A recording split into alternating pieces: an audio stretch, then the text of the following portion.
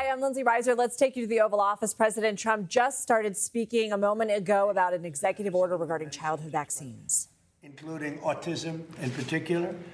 I want to thank the man who has done more than perhaps anyone else to bring about this real revolution, Secretary of Health and Human Services, Robert F. Kennedy Jr., my friend, and he's doing a fantastic job. I'm proud of you. Give me a very powerful hand he is. Strong guy, by the way. Thanks as well to Director of the NIH, Jay Bhattacharya, Deputy Assistant to the President of Domestic Policy, Dr. Heidi Overton, our Maha moms, and including Jamie Franklin, who's with us today, a very special person, and also the medical experts and professionals who've worked very hard on getting this to happen, this day to come. For long and far too long, a long period of time, America's recommended more childhood vaccines than any peer nation, and even twice as many doses as some European countries, and even more than that. In many cases, we were requiring 72 jabs for our beautiful, healthy, lovely, delicate little children, including giving the hepatitis B shot to infants and newborns on top of many other vaccinations. The hepatitis B shouldn't be given until they're 14 or 15 years old. They were given early. Effective immediately, my administration is recognizing gold standard childhood vaccine recommendations for only 11 core vaccinations against the most serious and dangerous diseases, along with the MMR, which hopefully will be split up. You have the MMR. We want it in 3 separate vaccinations, given at separate times. Together, there could be a possibility they're quite lethal, and separately, it looks like they are not at all lethal, but just very effective. So the MMR, we want to have separate visits, separate times. The vaccine being broken into 3 separate single doses, and vaccines being administered in separate visits. For example, at 1 year, you should have 5 separate visits for vaccines rather than getting them all in the same day. And I saw this early on, and I've seen proof of it, where they have a vaccination thing, looks like the size of a bottle of soda, poured into a little child's body. And bad things happen in too many cases, because this is an explosion. This is an epidemic. So at year 1, you should have 5 separate visits for vaccines rather than giving them all in the same day. Very importantly, vaccinations for hepatitis B, COVID-19, and influenza, among others, are no longer recommended for all children. In addition, this executive order directs the Attorney General to advance legal challenges against states that violate children's rights to religious or medical vaccination exemptions for the exemptions. Other countries with high vaccination rates without mandates for school. Now, what we do is other countries have very high vaccination rates, and they have not had, and they don't have, it's without mandates for school. Parents can still choose to give their children all of the vaccinations if they wish.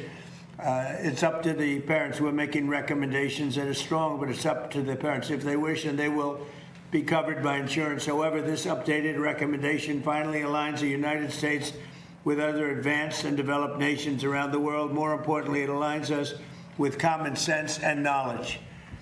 Decades ago, children received only a small fraction of the vaccines required today. In those times, people were much healthier, and of course, the high rates of autism now observed did not exist.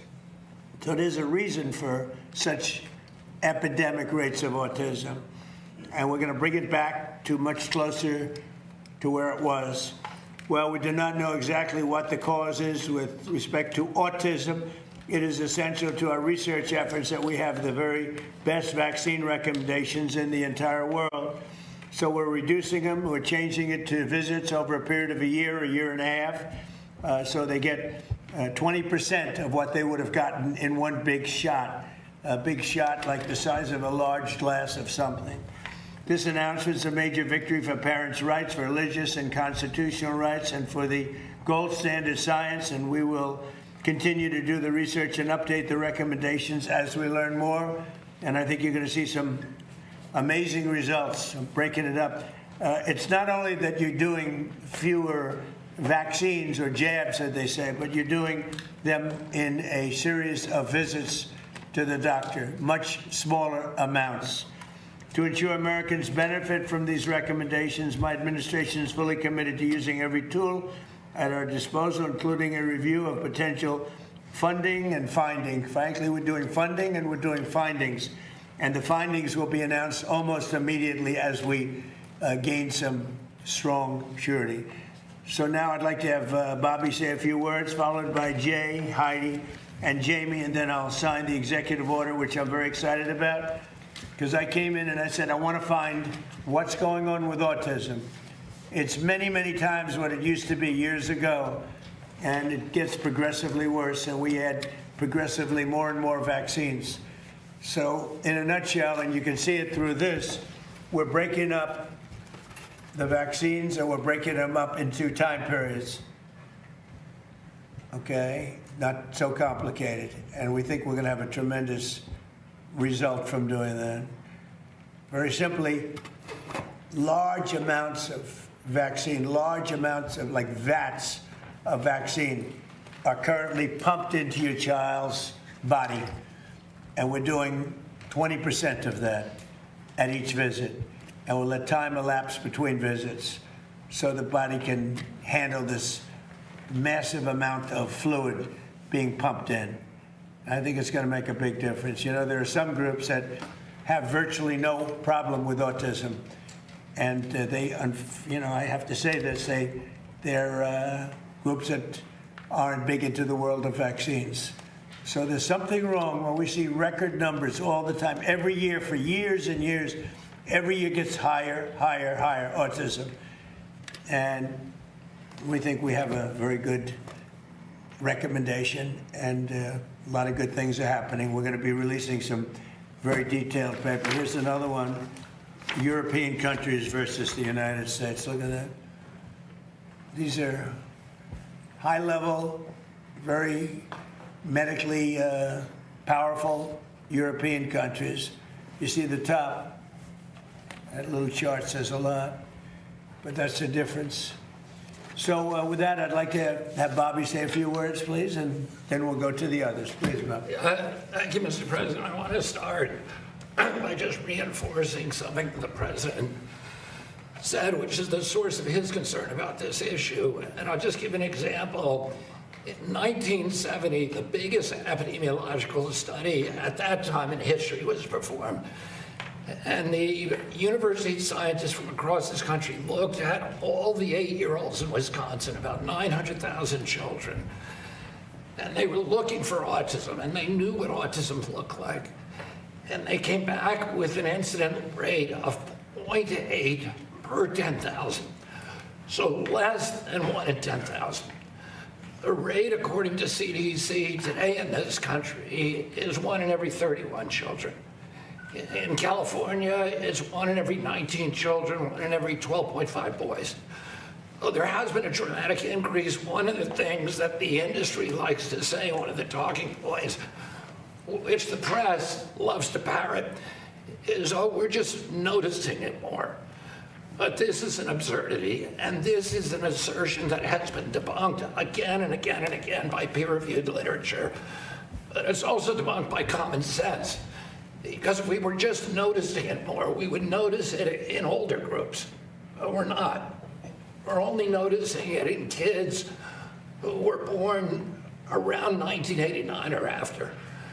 The older generations, you're not seeing those increases. So something happened in the mid-90s that changed our children, and it has to be an environmental exposure. Because genes don't cause epidemics. They can provide a vulnerability, but you need an environmental toxin. And what the president has charged us with is finding which one of those exposures or which collection of exposures are causing this epidemic. For decades, I fought for a simple principle. When it comes to the health of our children, government has an obligation to follow the evidence wherever it leads. Tell the American people the truth and give parents the information they need to make informed decisions for their families. Mr. President, you gave us a mandate to do just that. You directed HHS to examine America's childhood vaccine recommendations against the best available science and the practices of other developed nations. We did that work, and on January 5th, HHS and CDC overhauled the childhood immunization schedule, reducing the number of diseases universally recommended for vaccines from 17 to 11, and establishing distinct categories of recommendations based upon the scientific evidence. Our assessment found that the United States recommended more childhood vaccines than any other peer nation. President Trump mentioned the number that's 72 jabs before 18, but it actually could be up to 94 jabs. And nobody else has anything like that. And then many other countries, or most other countries, achieve high vaccination rates through education, informed consent, and public trust rather than mandates. Today, with this executive order, you are building on that work and acting on that evidence. We will preserve access to vaccines, strengthen safety monitoring, and expand research, give doctors and parents better information, and restore informed consent and parental choice to their rightful place in American medicine.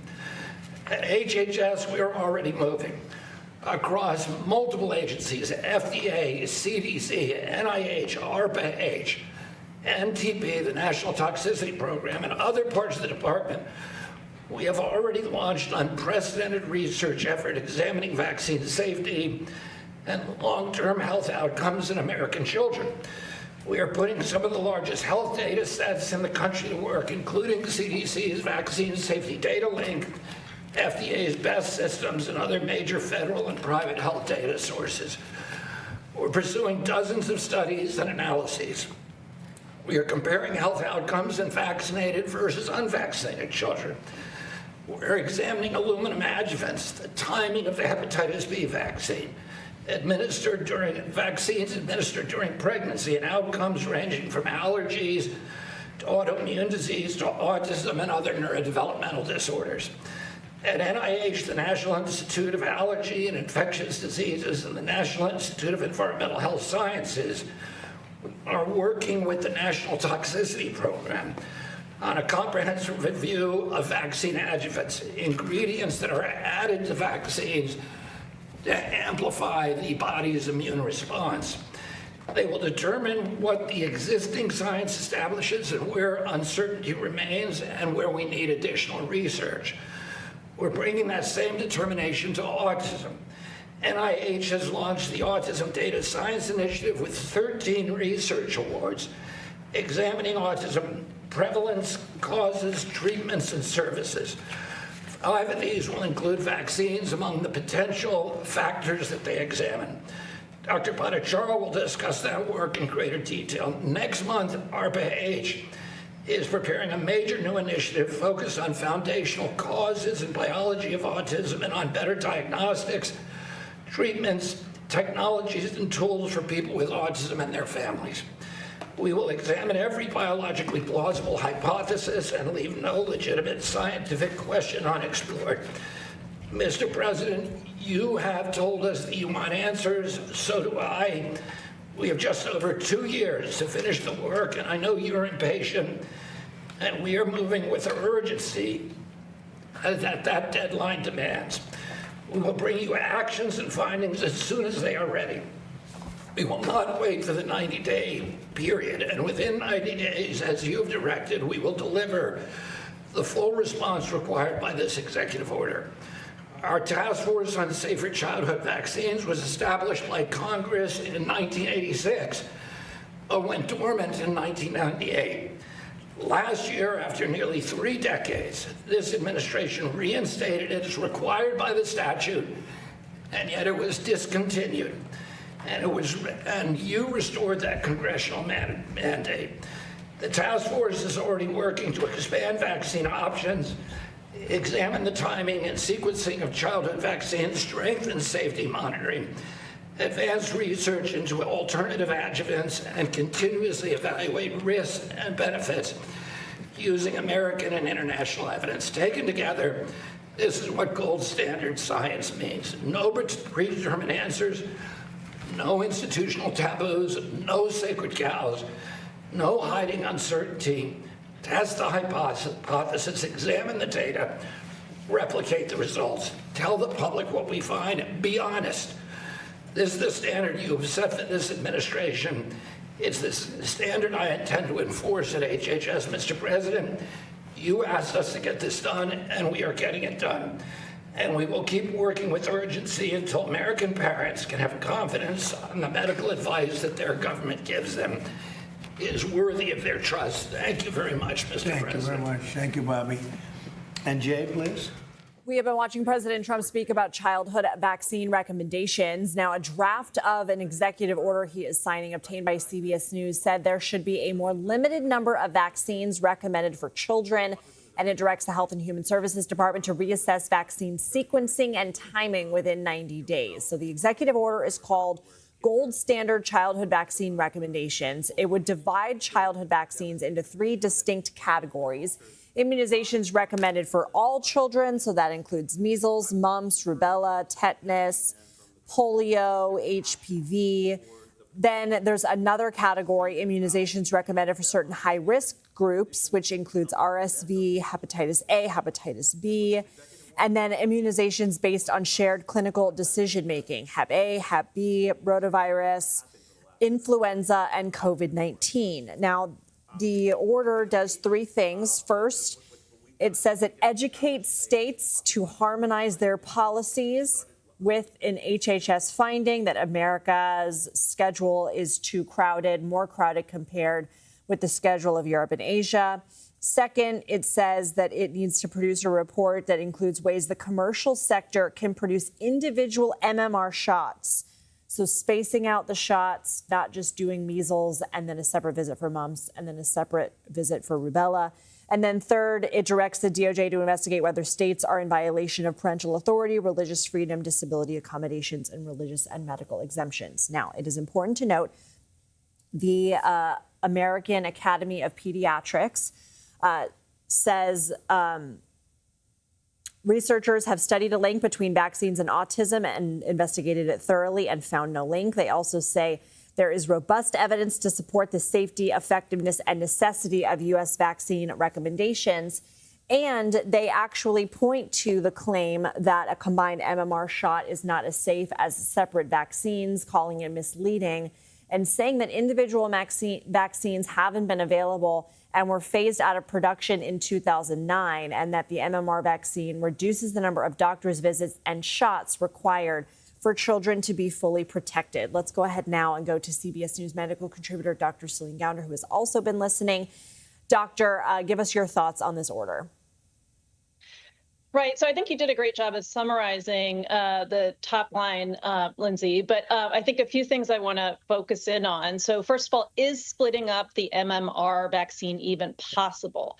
Merck stopped producing the standalone measles, mumps, and rubella vaccines in 2009.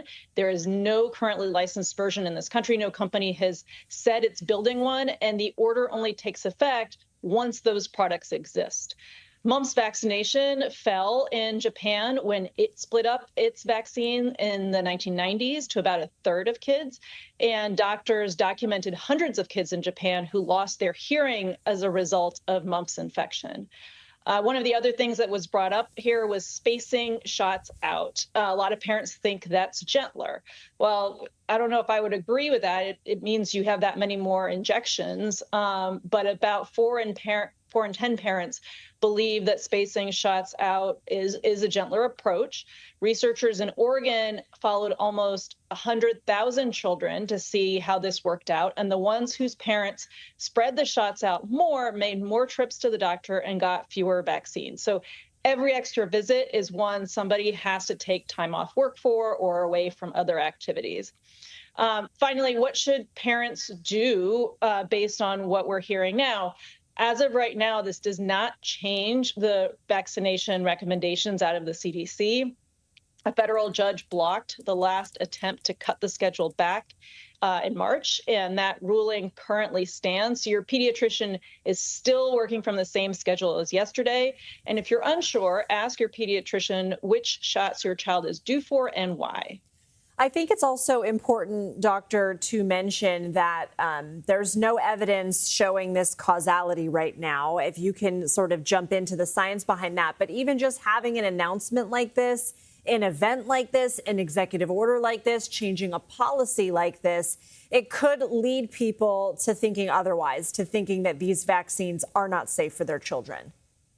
And this is a very real concern. I want to be very clear. Vaccines do not cause autism. This has been tested in more than 1 million kids across multiple countries and decades.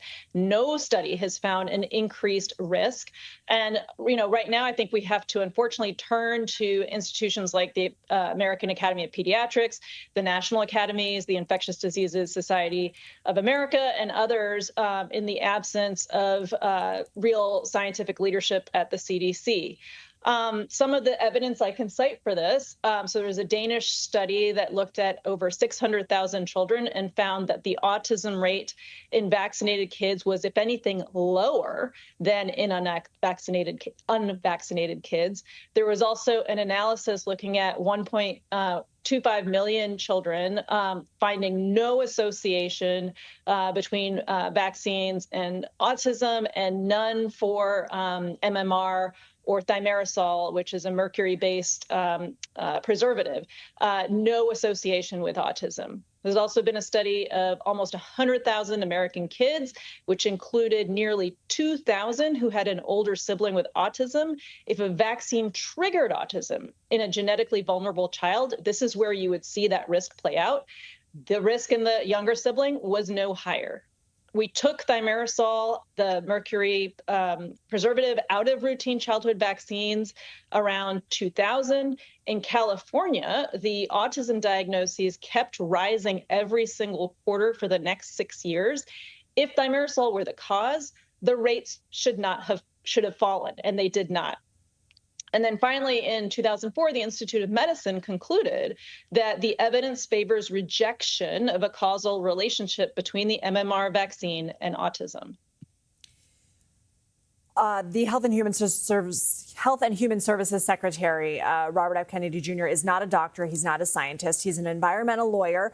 But he is at the forefront of this Make America Healthy Again movement. There are a lot of people who are looking to him to get preservatives out of our food, dyes out of our food, to make food healthier, to remove some of these environmental factors. He had just mentioned something happened around 1989 where these rates started increasing. There must be some kind of environmental toxin or group of toxins.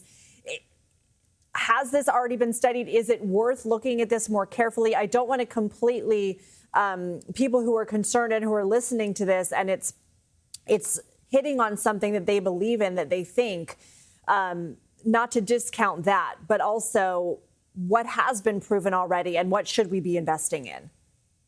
And look, I understand the concern. We do need to get to the bottom of why we are seeing increasing rates. The estimates are that about 80% of the increase we've seen is attributable to better diagnosis, but there is still some proportion of that may be not just better diagnosis, but other factors. The challenge here is you cannot prove a negative. You cannot prove, for example, that God does not exist. Similarly, you cannot prove with 100% certainty that vaccines do not cause autism. However, with all of the evidence we have, I feel very confident in saying that you do not have to worry about that risk. Now, there is a lot of research that needs to be done on what causes autism, how to better help families who have children with autism, how do you potentially treat or prevent autism. Some of the understudied potential risk factors include genetics, which we think is by far and away the most important predictor here. Other factors like, for example, advanced paternal age, the advanced age of a father at the time that he and his partner conceive. Some of the other evidence here that I also hadn't cited yet, in 2013, the Institute of Medicine, which was actually a study or a report that Secretary Kennedy cited in his interview with Dana Bash on CNN about a week ago, he misquoted that 2013 Institute of Medicine review found 32 different studies on immunization and developmental disorders, also found no evidence that the childhood vaccination schedule in this country is unsafe. And that same report also says that running placebo controlled randomized clinical trials of vaccines at this stage would be unethical, because then you would be randomizing a child to no vaccines, knowingly understanding that you would be leaving them unprotected against infections like measles and whooping cough.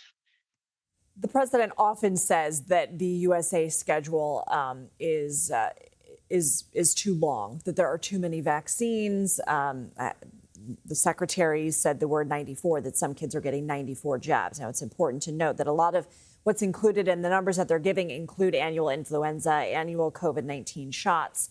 And I don't know the exact number. You can tell me what the average number is if you have that stat. But he often compares, as this executive order does, our doses and dosing schedule to European countries. Why is that? Well, that's actually misleading. Denmark, which is the country that President Trump and Secretary Kennedy repeatedly compare the U.S. Childhood vaccination schedule to, Denmark is the outlier. Denmark covers 10 different infectious diseases. The average across 38 different countries is 14. South Korea and Brazil cover 18, Greece 17. We are at about 17 or 18, depending on how you interpret. And the Danish scientists have actually said they need to be covering more vaccines, recommending more vaccines, including, for example, hepatitis B. Overall, for anybody who might just be joining us, who is listening, and they'll see the headlines about, an updated vaccine schedule and new recommendations, new guidelines, what is your top line for parents? I think the top line here is that vaccines do not cause autism. There has been, this is one of the most tested questions in all of medicine. There are other potential risk factors or causes of autism that have not been adequately studied.